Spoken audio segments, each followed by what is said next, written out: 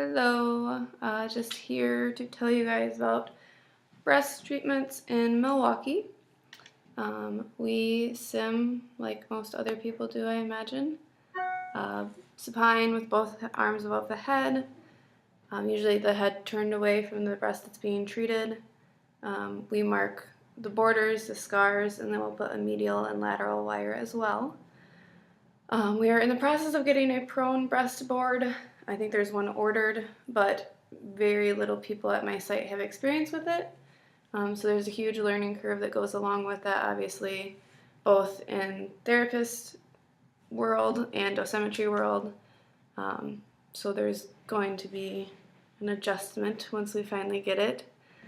And immobilization, we use a breast board, wing board, aquaplast, we use VacLock, the Occuform headrest.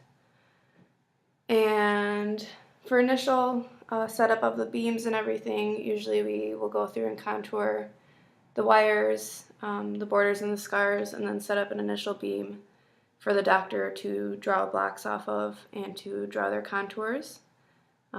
We do not contour contralateral breast, just ipsilateral, and dosimetrists do that. The doctor does not do that. And then from there, I actually just recently worked with a different dosimetrist than normal, and she gave me some really nice rules of thumb on when you need to use 18X and kind of how much. Too much to go into, but I will post it within this discussion so then you guys can read it because I thought it was really helpful. But we always want to make sure that 95% covers the chest wall. And we usually look at that from the sagittal view, so the bottom right window of eclipse. We use field and fields like maniacs, and I feel like that's all I've been doing lately, but practice makes perfect, right?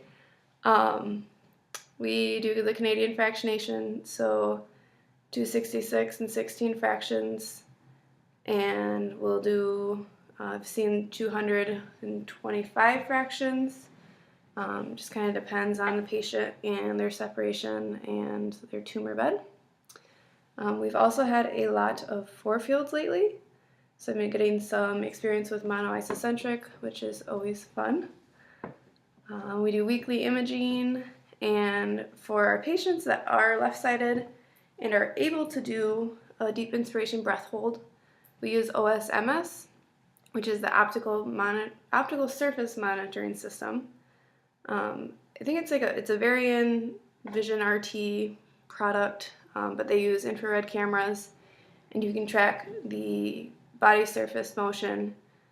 So the machine will only turn on if they are within the threshold of their deep inspiration. So if they're within the threshold that they were simmed at.